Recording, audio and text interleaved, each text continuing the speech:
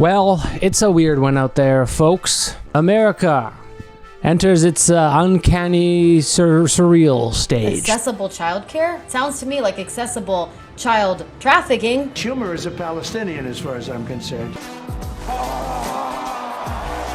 This is it. We're here. And it's funny, it's terrifying, it's very stupid, but it is a great show. There is no denying that.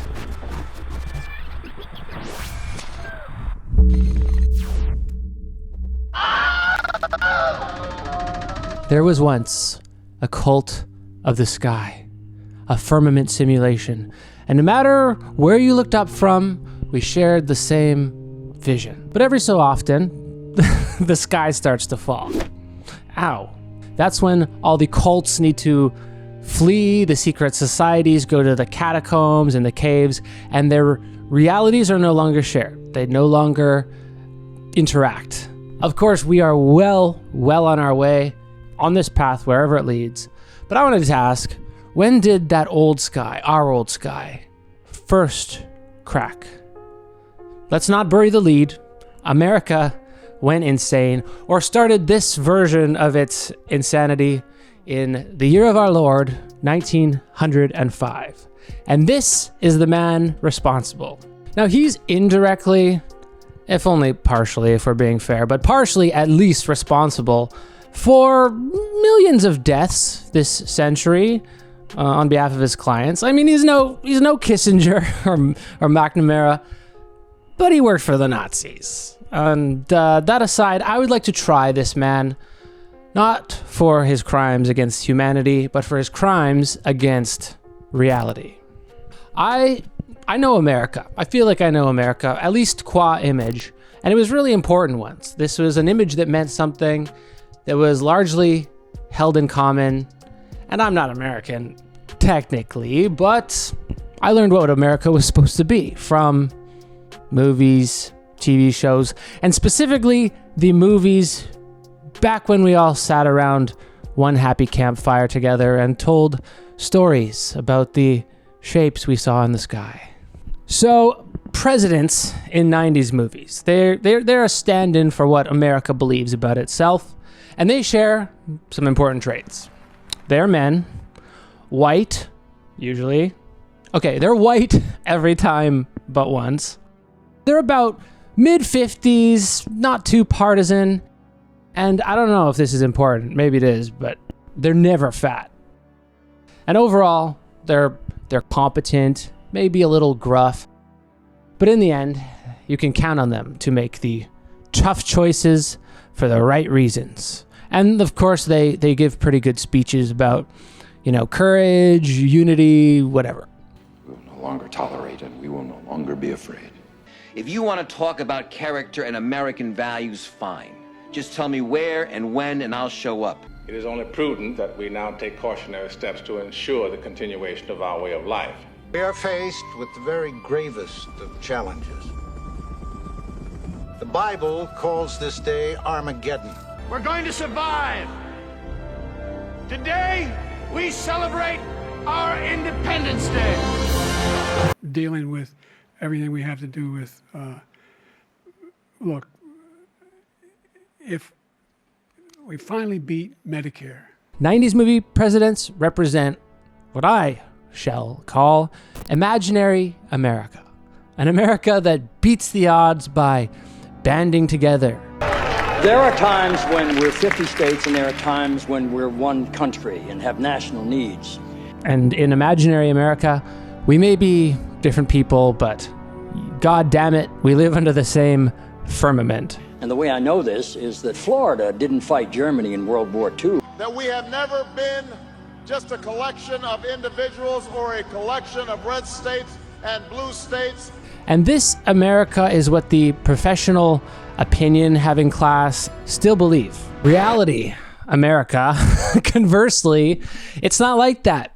People haven't, well, I guess it's not really sorted out fully yet, but it is at least a spawning pool of cults, real conspiracy, fake news, fake history, fake Antarctic Nazis, and maybe real Nazis? ? And there's real crisis and reality crisis, fake democracy, reality democracy, simulation, and the end of the hyperreal. That's about right. Do I have that right? Imaginary America, hyperreal America, reality America.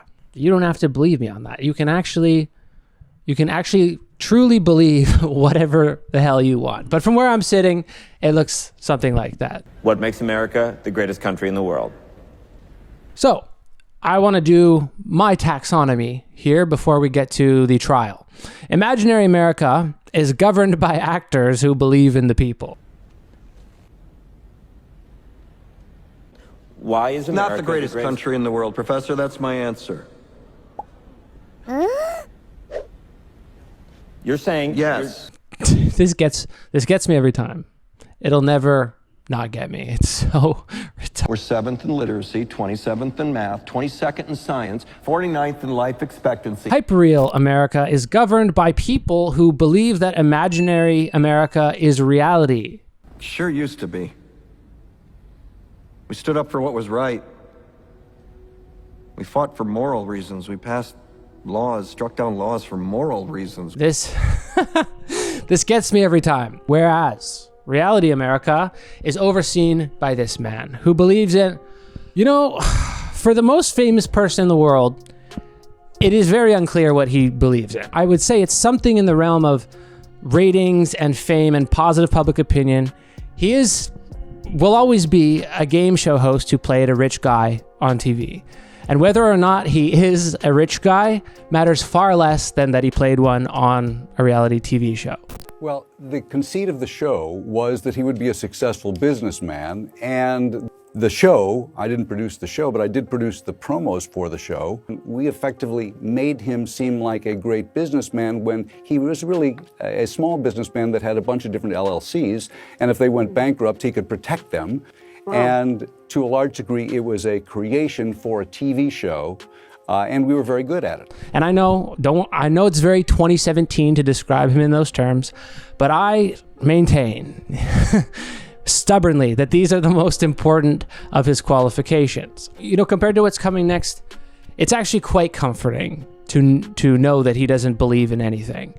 There's nothing more terrifying than belief. Please give me simulated belief any day of the week. Okay, we have to remember this is a trial for crimes against reality. So here, I claim that America is insane now, but it's always also been a little bit insane. But it's been insane in different ways. Puritan frontierism, insane. California, end of history. I am God. Insane. But this insanity case is particular. The people who cry the most, usually they're the ones with the most to lose. Losing your job is not the worst thing that can happen. The worst thing that can happen is that you let a moment in time and in history go without challenging it. And right now, it's these professional opinion-having classes. They are frankly shocked about what America is becoming. Yeah, it's insane to them that reality America no longer looks like imaginary America, like TV America. So they like to try to scare themselves by jumping in front of the mirror and yelling, boo. I'm a historian of totalitarianism. A massive purge at the FBI. We sacrificed, we cared about our neighbors, we put our money where our mouths were, and we never beat our chest. We built great big things made ungodly. This speech was for them, and it still makes them cry. I mean, dumb and dumber. So in our taxonomy of Americas, the Americas overlap. The hyperreal, imaginary, the reality TV show. And this is because, clearly, America's not so much a thing as it is an ongoing media product. In America, politicians don't govern, they message. I mean, it's these flapping mouths that are everywhere. They're concerned with strategy, arguing about strategy on Twitter, maybe going to strategy meetings, then blaming messaging when it fails. Yeah, they don't blame politics. They blame messaging. And this, today I'll tell you why, this is to be expected, because there's a guy who engineered this America, this hyper-real America. He engineered messaging. Imaginary America, well, it's in trouble at the moment. The old scene is now obscene. This is a pretty phenomenal show. Look at this all-star cast. America's governor of health is a crank who's famous for chainsawing the head off a whale and strapping it to his car.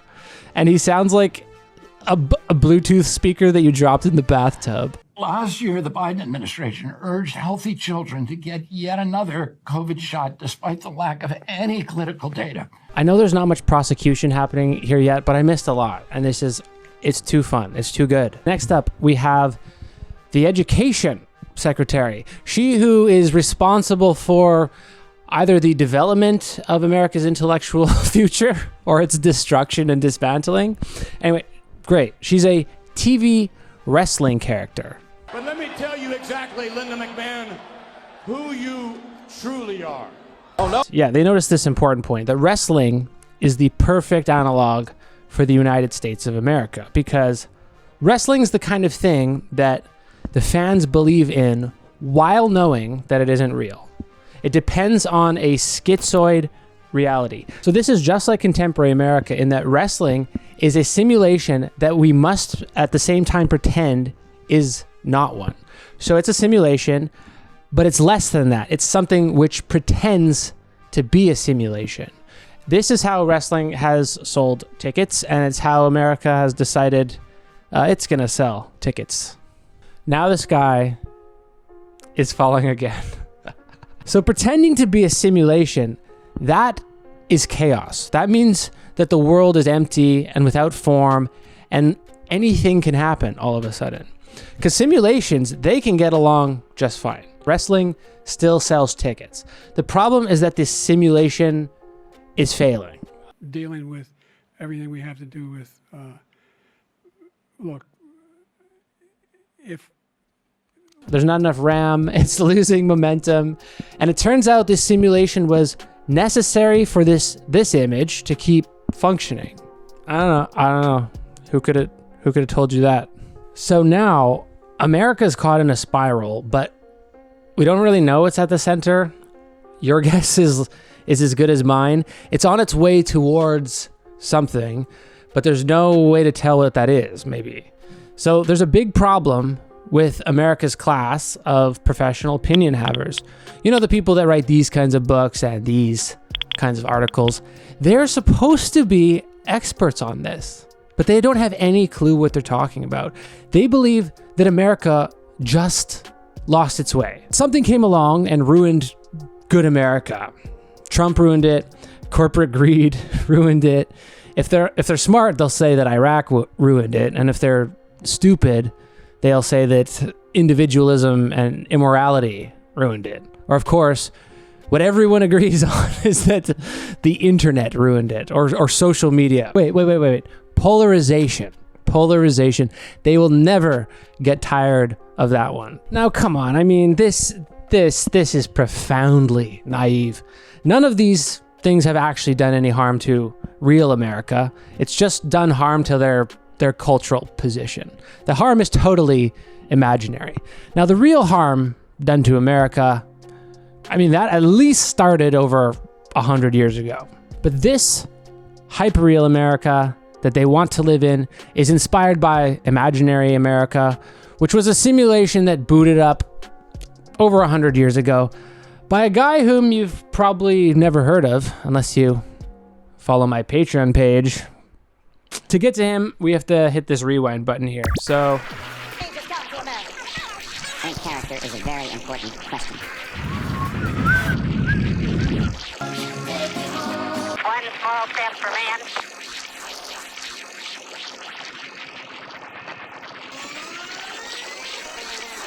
Here we are in 1905. This is a tale of material conditions, as all good tales are. We arrive next to this underappreciated entity who's the father of public relations and mind control. Who is it? Who's the secret puppet master controlling the nation? No. Oh, what? Because he's Jewish? Isn't it? That's what you were thinking that. No, it was this dapper Anglo-Saxon. Yes, Bernays has the title Father of Public Relations, but although he was excellent at his job, I did not say that he's excellent at mind control because he is Jewish. You thought that. He started 14 years after this guy started his firm. Now, the father of mind control is actually decidedly not Jewish. This guy's father wrote the introduction to a book called Anglo-Saxon Supremacy, or Race Contributions to Civilization. So a good start here. Look at this table of contents. Yeah, this is our hero's father, James Weidman Lee. Let me introduce you to Ivy Bedletter Lee. Ivy Lee, I think, goes into the category of profoundly malevolent people who would never have considered that they did anything wrong. Like a modern Pandora's box. So what did he do that was so catastrophic for humanity? This is what I hope you're wondering, because he doesn't look so bad, does he? No, he's just a PR man, but his clients, yeah, they directly murdered millions of people between them. And yeah, I'll admit, it helps to have the Nazis in there because they inflate your stats, like Scottie Pippen. Obviously, the Rockefellers, they were good at getting blood on their hands, but, you know, he also worked for the Nazis. Yeah, moving on from the client's casualty list, I want to still put, like I said, Ivy Lee on trial for crimes against reality. He changed the world in ways he could never have even foreseen. As you now know, Ivy Lee is the father of public relations, what we call public relations. And it's called that because it sounds much better than its other name, which is propaganda. PR is a rebrand for propaganda. And propaganda, of course, has a very long history. But in every case, it's used by a small insular group to steer or manipulate the action or inaction of the larger group. So mass media, right? PR, propaganda, advertising. It's euphemized now as messaging, but more or less, it's all the same thing. An inner circle secretly controls how everyone else sees the world and thinks. Now, I know what you're thinking, and no, it's not them. The inner circle here, Ivy Lee's clients, are corporations and industrialists, what we knew back in the day as capitalists. Now, why? We know why. Why would corporations hire PR firms to tend to their public image? Let's just say some of them were doing they were killing people. Okay, they're killing people. Some by accident, some by negligence and indifference, and yeah, some on purpose. Particularly, domestically anyway, their victims were striking workers. And anti-striking is the binding thread between all of Lee's clients, including the Nazis. And we'll get back to that. But think back to social studies. Who ruled America in the 19th century? It's the age of early Wall Street, railroads, steel, and oil. And they are all clients of Ivy Lee. And, you know, robber barons didn't like to be called robber barons. This is one of their first PR moves, is to change robber barons to the captains of industry. You know, we call them job creators. Mr. Ivy Lee was one of the first to switch sides in an ongoing conflict that's been resolved now, more or less. He started at the New York Times and then jumped over to be the mouthpiece of the billionaires of the day, you know, adjusting for inflation. Most importantly, the Rockefeller family. And he convinced many of his old journalist pals at the New York Times and elsewhere to join him in starting his own firm. So this conflict was between the big businesses on one side and journalists and the truth on the other. You know, like all the president's men, digging through the dirt to find the truth. Now, back in the 1900s and the 1890s, say, investigative journalists, which is what we would call them, they were called muckrakers. I think a president nicknamed this and it stuck. Muckraker is halfway between a compliment and an insult. And muckraker journalists, they were at this time peskily exposing the shady practices of these captains of industry, like massive corruption, child labor, and machine gunning striking workers. Journalists were shaping public perception, how the public viewed these wealthy families, a lot of times monopolies, and their giant companies. And the picture they painted wasn't pretty. So the captains of industry basically realized, why are we putting up with this? We have infinite money. So why don't we use that somehow to make people not hate us, which means that lawmakers won't pay attention to us, which means we can keep doing corruption, child labor, and machine gunning workers.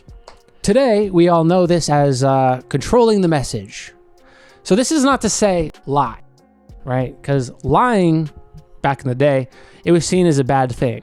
So instead, they created Ivy Lee's industry. Ivy Lee created Ivy Lee's industry, public relations. They got paid to say, well, actually, they paid them to kind of not say things or say a lot of other things.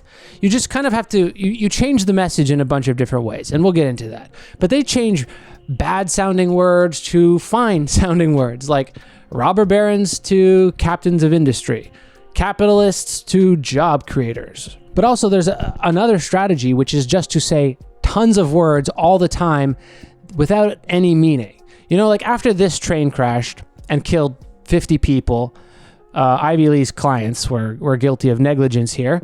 But Ivy Lee wrote, well, he wrote exactly what we hear from every single tragedy, disaster, from every company.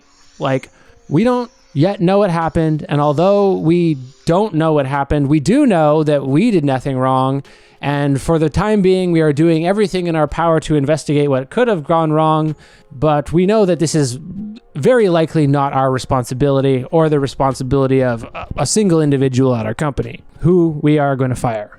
Yeah, he invented this kind of press release. The purpose of this is just to get the momentary heat off, to get the attention off.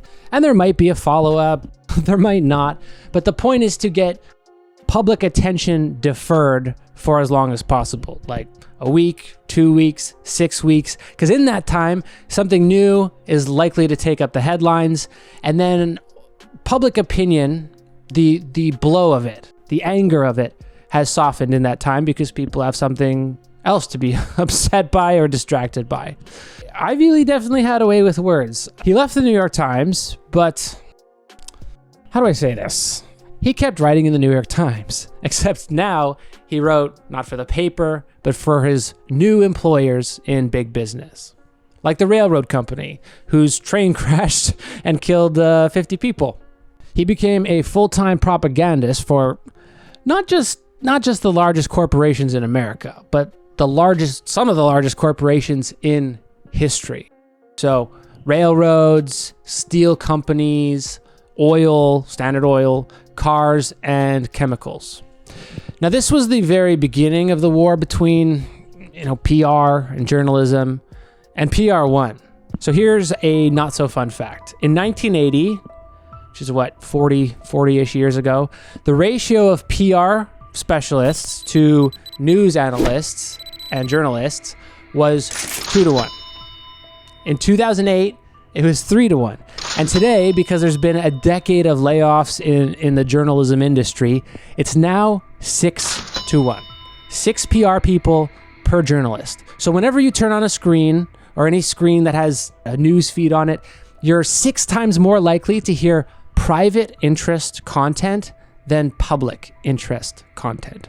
So just just think about what that means psychologically. If your phenomenal world, the world that you experience, is 6 times more likely to be controlled by brands, corporations, advertisers than it is by, journalists working as journalists, that's got to do something to your... Now, as this is the case, think of the psychological position here. Think of your psychological position as a consumer, a media consumer. Because even if you're a critical and informed media consumer, well, in fact, even if you're an idiot, most people know intuitively to not trust what they see on the screen as reality, or not everything that they see on the screen as reality. They know that they're either going to get the truth from the New York Times or from Facebook or from 8chan. So everyone's got their own hermeneutic, and everyone does agree that not everyone else should trust what they see. But you know, if you're especially intelligent, that everyone else includes yourself, that no one should trust what they see, including yourself. So as this is the case, the most reasonable position to adopt apropos the screen is a paranoid schizo position. Think about what that means. That means that the responsible, the logical response to this situation is a degree of insanity.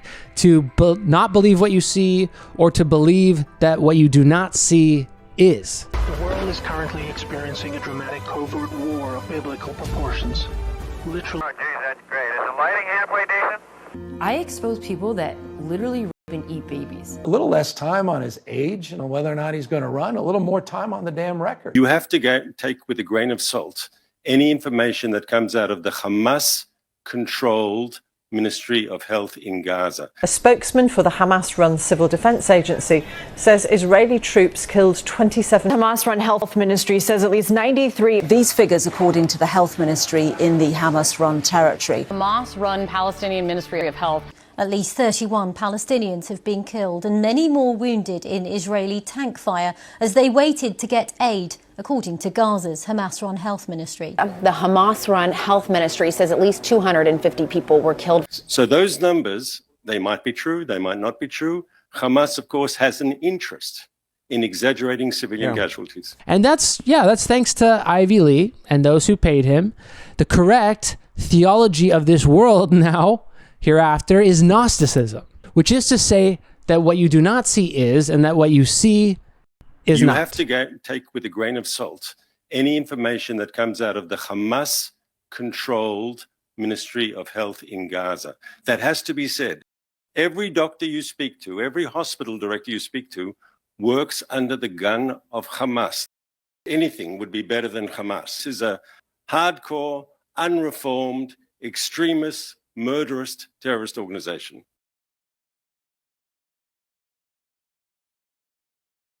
Now, Donald Trump was elected twice, and this is because I think he told the truth. He told the people, you're right to feel insane. In fact, you should feel insane. Very fake news. You're dishonest people. The dishonest media. Your organization is attacking the fake media. One of the more accurate ones that he says is the lying fake news media thing. You just have to remember Operation Iraqi Freedom. In the world that Ivy Lee engineered, it's factually true that most of what you see is an attempt to engineer your mind, engineer your behavior, your consent. So that true journalism, the vision, the fantasy of it, muckraking, this is having the life force vampired out of its neck by PR. And that's a symptom of why America has gone insane. While Donald Trump told America that they're right to feel insane, they should feel insane, the other side just said, no, don't. We are good. This is normal. You are actually the insane one because you believe that the guy is telling you that you're insane, but it's because he's insane, so you can't believe him, so believe us instead. And you can't say that after the sky is like cracked. You know, it's not a crude reduction to say the capitalists did this. It sounds like we're winding down, but we're really not. I got a lot more. American capitalism, fundamentally, it makes you insane because your desires, your hopes, your definitions of basic words, freedom especially, this is a good one, who you think is good, who you think is bad, good people versus evil. At our point in history now, we have reason to doubt that our desires are even our own. We have good reason to think that they might have been planted there as a part of advertising or public relations campaign. So yeah, again, the most reasonable response to this, I argue, is to distrust your own beliefs, to believe that even in your most reflective, critical state, you're still delirious, because ultimately there's no way to distinguish which of your thoughts are yours and which were astroturfed. Because for sure, our brains seem to be pretty malleable, but I mean, this is a slogan at this point, but I don't think they were meant to adapt to this kind of world. So insanity seems pretty reasonable. If this is a trial, then we're at the part where I should probably give you some evidence instead of just making sweeping declarations and repeating slogans. So we'll ask, how did Ivy Lee do it? I can show you his playbook and some of his strategies. Some of these I think you're just gonna go, well, duh, that goes without saying. And that would be because these strategies are so widely utilized today, but they weren't widely utilized when he utilized them. And of course, he didn't invent propaganda or disinformation or whatever, but he was the first one to kind of put them all under the same roof. And he got really rich by bringing these all into his shop.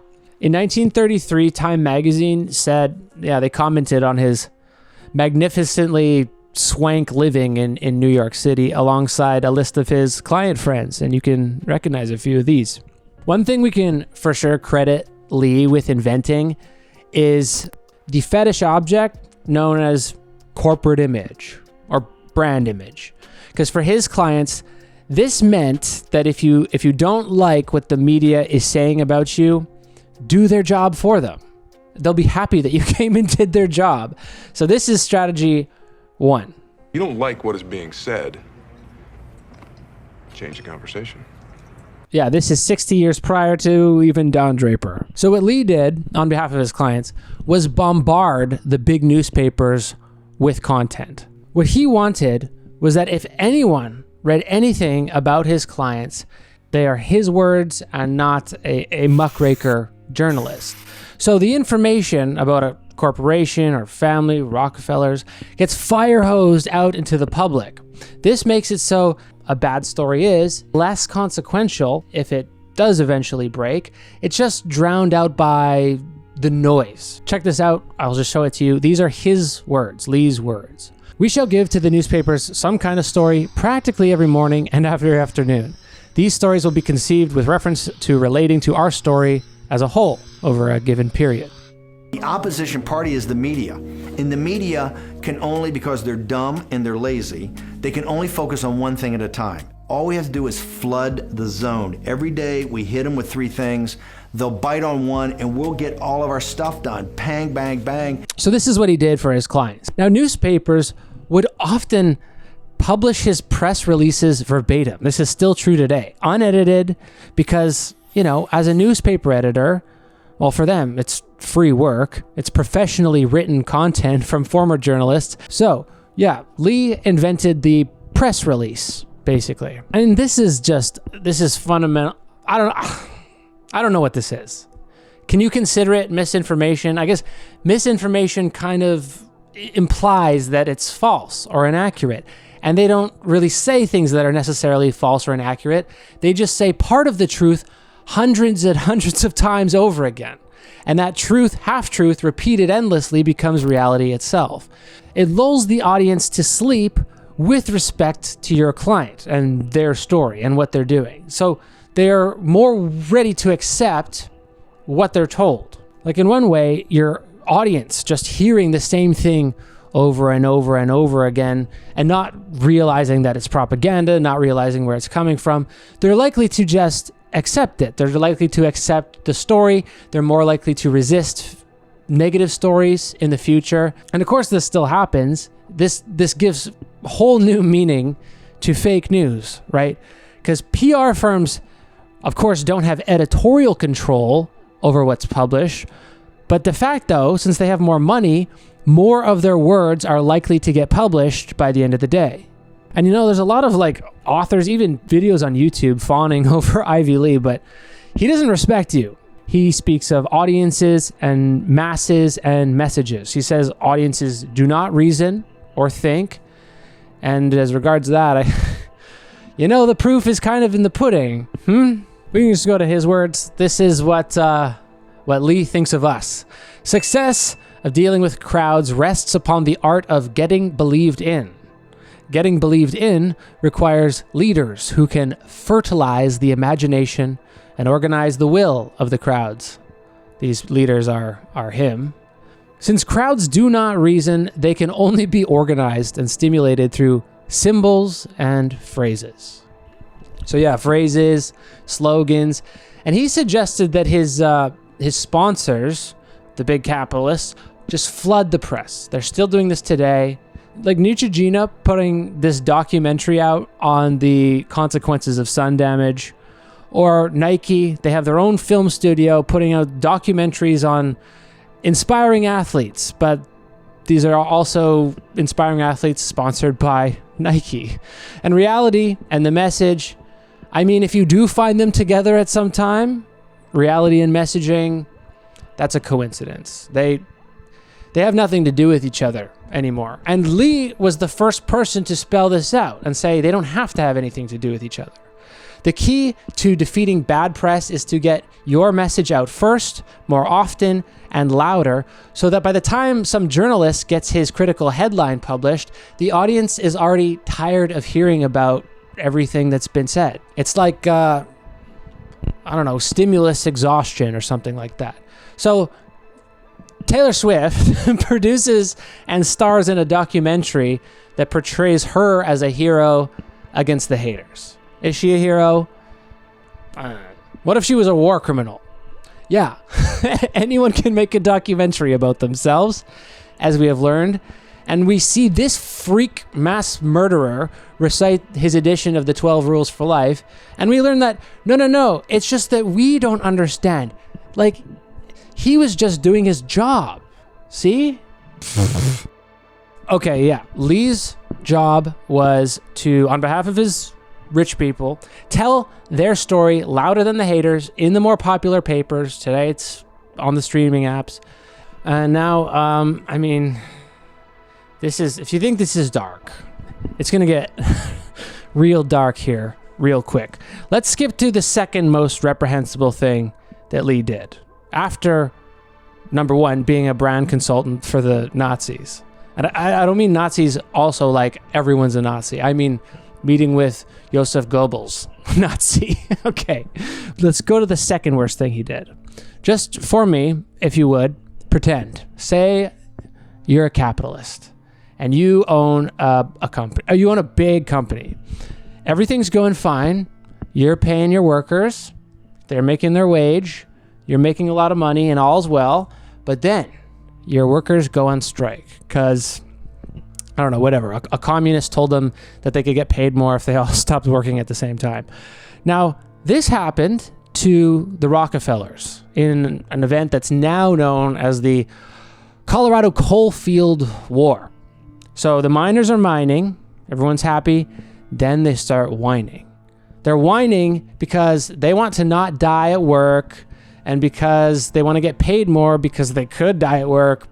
It caused a big hullabaloo. So Mr. John Rockefeller, he went to our hero, Ivy Lee. And Ivy Lee put out a press release, which was what he was getting pretty good at doing. It was run in the newspapers, and it was called The Struggle in Colorado for Industrial Freedom. Now get this. Ivy Lee stole this phrase to overwrite it, the struggle for industrial freedom. He stole it from a popular socialist who you've probably heard of, Eugene Debs. And now when Debs said the phrase, the struggle for industrial freedom, he meant freedom for the employees, for the workers, who he thought should have a share in the profits of the company because they're basically risking their lives in a coal mine every day. Now, Ivy Lee stole Debs' terminology and deployed it for the exact opposite purpose. He claimed his meaning for the struggle of the industrial freedom was that the striking workers were impinging upon the Rockefellers' freedom to do business. This is America, after all. Yeah, the struggle for industrial freedom became that the Rockefellers aren't free enough. The richest family that's ever existed. But most importantly here, he had way more access of getting his version of the phrase out into the papers. And his version won. When the audience eventually heard the struggle for industrial freedom, they heard Lee's voice instead of Deb's. That these workers are being selfish and refusing to work. And that's our world. Guess what happened next? They hired cops to machine gun the workers and their wives and their kids. Yeah, yikes. Don't miss what's happening here because of all the gory details. Ivy Lee is seeding the ground, or what he calls fertilizing the imagination, so that when the strikers' families are eventually murdered a few months later, public opinion is, they're saying, well, there's two sides here. We waged wars on poverty, not poor people. We sacrificed, we cared about our neighbors. Public opinion is not going to be explicitly pro-murder, but the strikers weren't doing their jobs, right? They were attacking the freedom to do business. And the Rockefellers, well, they have the right to defend themselves, right? I mean, of course, we don't want anyone to die, but yeah, you have to admit, in a way, they had it coming, right? You know what I mean? Little bit. Of course, no, we're against women and children dying, but, over there in Colorado, it's complicated. It's complicated. These strikers really weren't the best people, if you don't mind me saying. I mean, you can't say they totally didn't deserve it, right? Gaza is not a democracy. There's not an independent health bureaucracy that is trying to do its best. Every doctor you speak to, every hospital director you speak to, works under the gun of Hamas. They are not independent. If they speak out of turn, they will pay a price. It's like speaking to a doctor in North Korea or a doctor in the former Soviet Union. They don't have independent opinions. They have to follow the party line, and if not, they face violent consequences. This is a strategy that Ivy Lee birthed into our world. This comes to mind because I just saw it, but this was, as a strategy, it was really extraordinarily depicted in the second arc of this Star Wars show I watched, Andor. Okay, spoiler alert. Give you a second. You good? In this depiction, the Empire starts, I think it's like a 4-year propaganda campaign against this one planet because they want to mine it and destroy it. The inexplicable resistance to imperial norms, many people... Or the propaganda. What's the obsession with the government? What are they after? Smear campaign is an opening move, not an end game. I need the end game. So they start the propaganda campaign that, these aren't the best people. They're kind of arrogant. They're kind of smug. They think they're better than everyone else. And this kind of escalates. Genocide. And that truth has been exiled from this chamber. So this is what Ivy Lee birthed into our reality and a galaxy far, far away. And I can't believe I'm recommending a Star Wars show to you, but using Ivy Lee's strategy, because the public is kind of inundated, people are upset, but they understand. They understand this is a complicated situation with many perspectives. And these French aliens, they are a little bit entitled. You have to admit. I mean, we're against genocide, of course, but I can't think of a better example of Ivy Lee's strategy for misinformation and spin and how it leads to the mass death of innocents than this fictional TV show about French aliens that produces public consent in favor of a...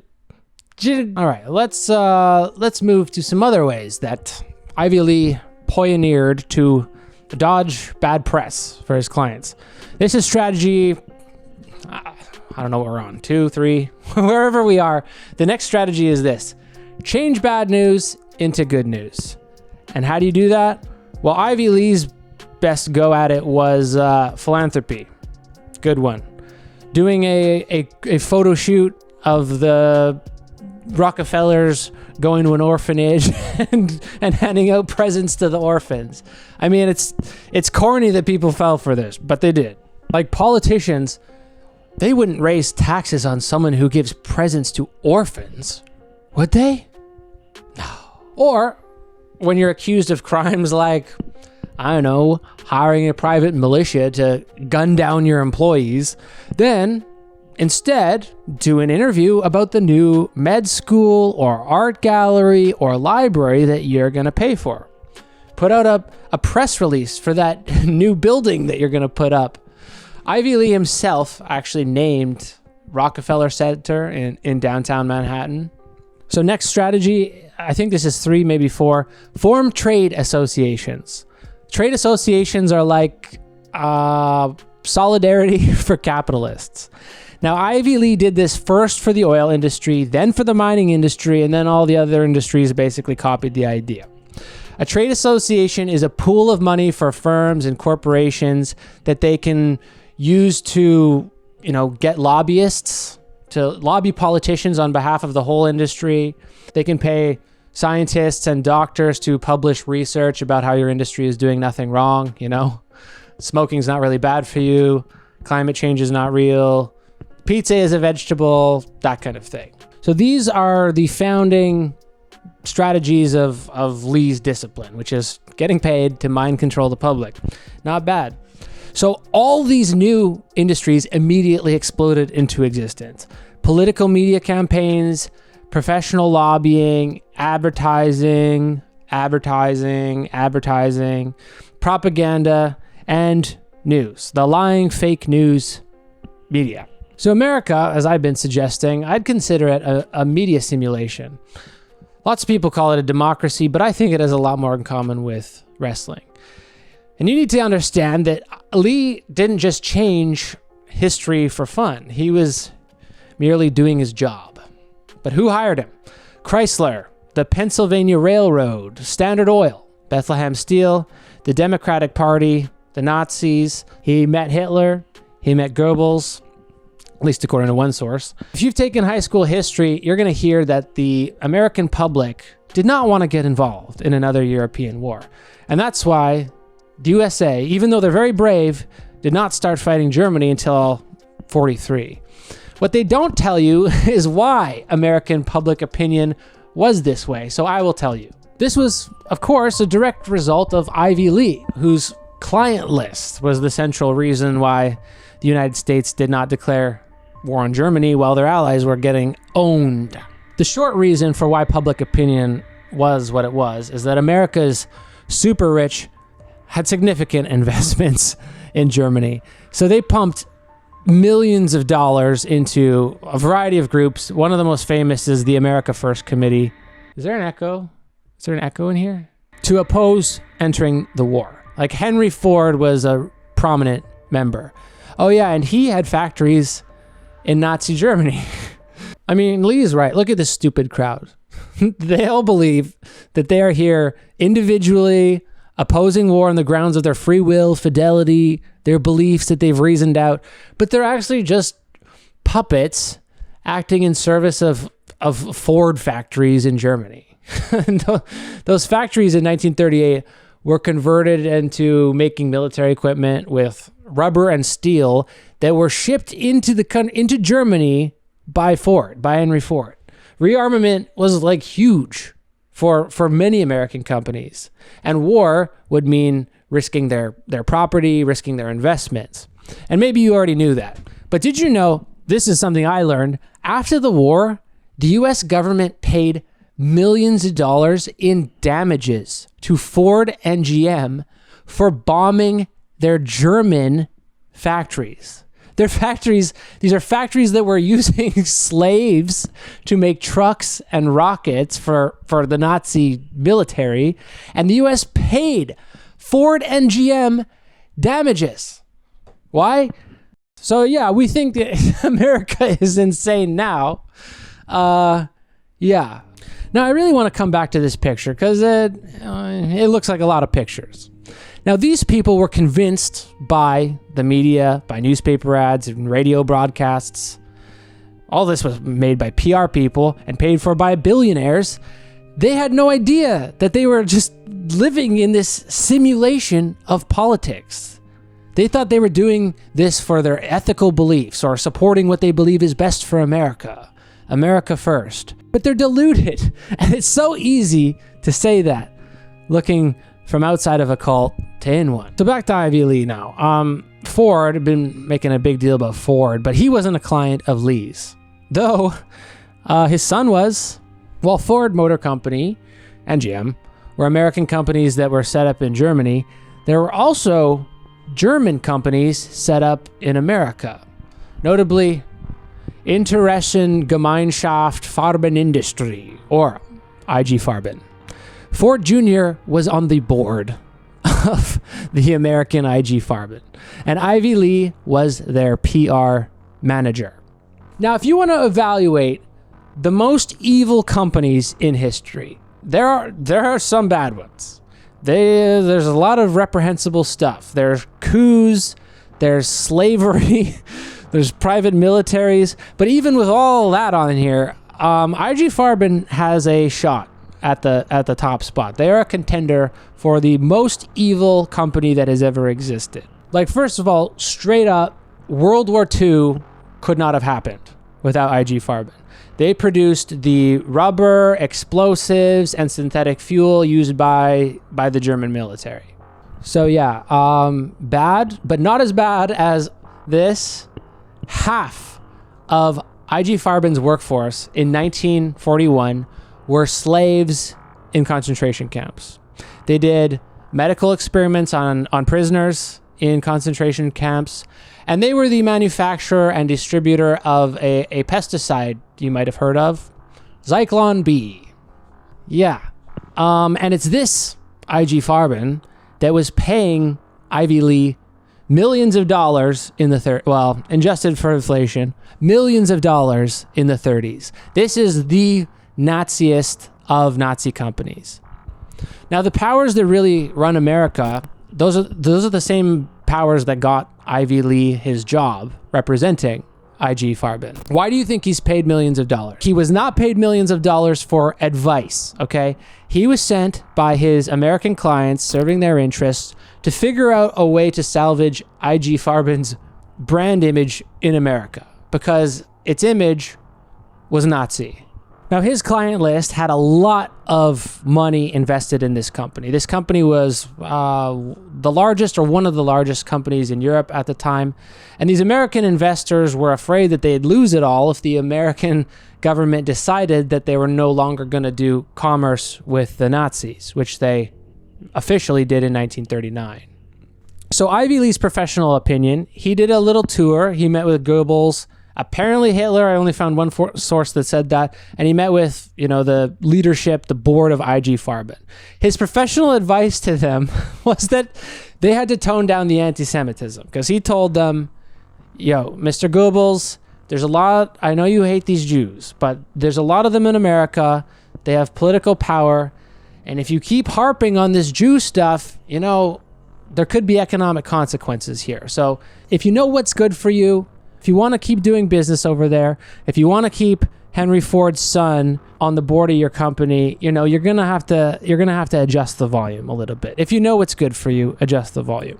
But I want to tell you what his PR proteges did. So after World War II, the brave Allied forces swept across Europe.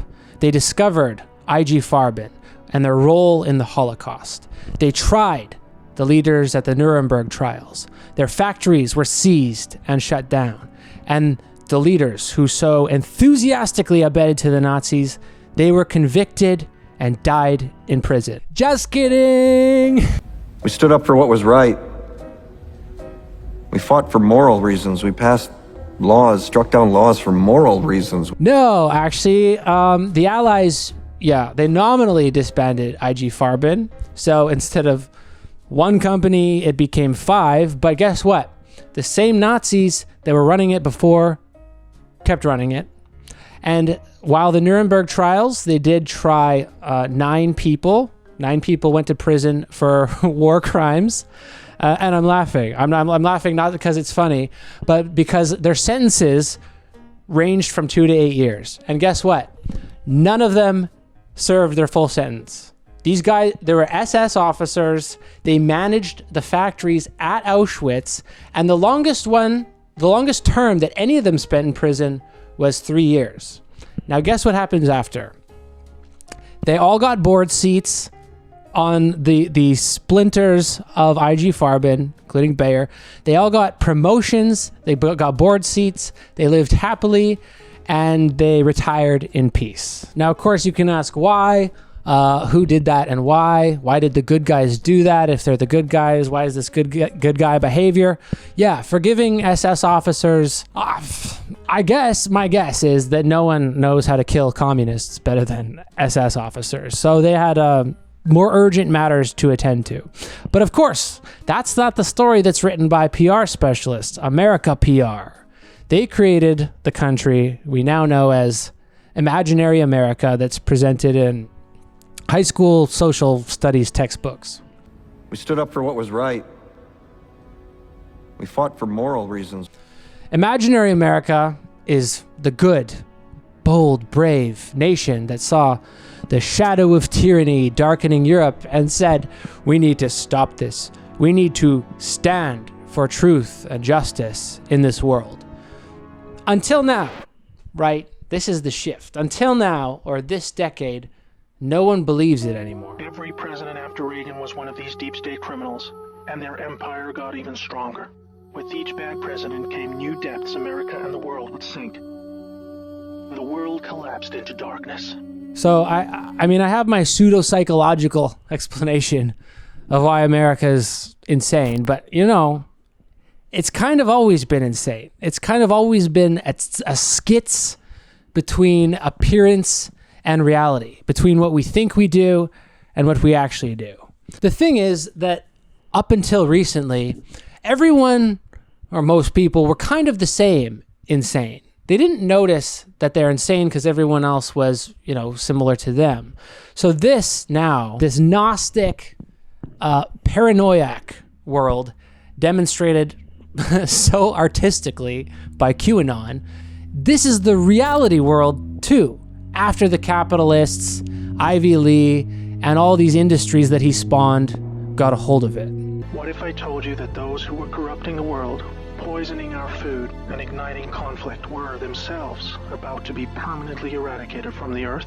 So we are indeed, I would call this, we are experiencing mass esoteria, which seems, you know, pretty insane when you're talking about Illuminati bases under the snow in Antarctica, which is actually a ring around the world.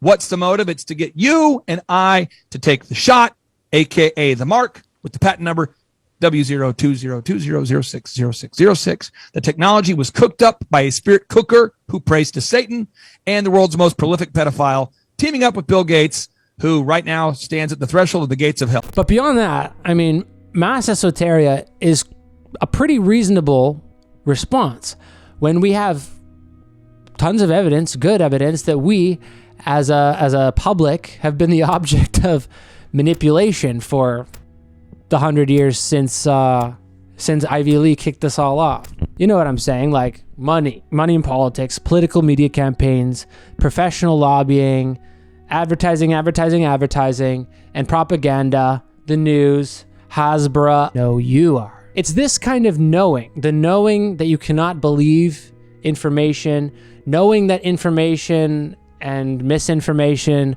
are a matter of quantity, not quality, knowing, like having it revealed that there are string pullers, but not who they are and not really what they want. This is what makes the social world, the world that the public lives in, a delirious place, because the things that you should call knowledge, the things that you know or should know about the world you find yourself thrown into, well, you have good reason to think that someone with a PR job engineered it, that they somehow engineered your desires, beliefs, as an inconsequential part of a crowd that's just exposed to the same slogans repeated over and over and over again. But, you know, don't worry, because together We can rise up. We can take back our belief. The power is in our hand. If only. We did realize, though, information is not measured by truth or falsity, but it's measured by quantity. It's measured by magnitude. So I have to invite you, if you would like to exchange money for the information that I have produced here, of course, I strongly encourage you to do that. This is not really the kind of content that the capitalists are willing to pay for you to see. So if you enjoy it, it'd be great if you could help out, like all these names are doing. Thanks to them. And I'm not asking for your charity. There is something new over there on Patreon every week to listen to or watch, and years of backlog. So if you did learn anything valuable here, it's just a slice of what awaits you over there. If not, take care of yourself. Till next time. This is the chainsaw for bureaucracy.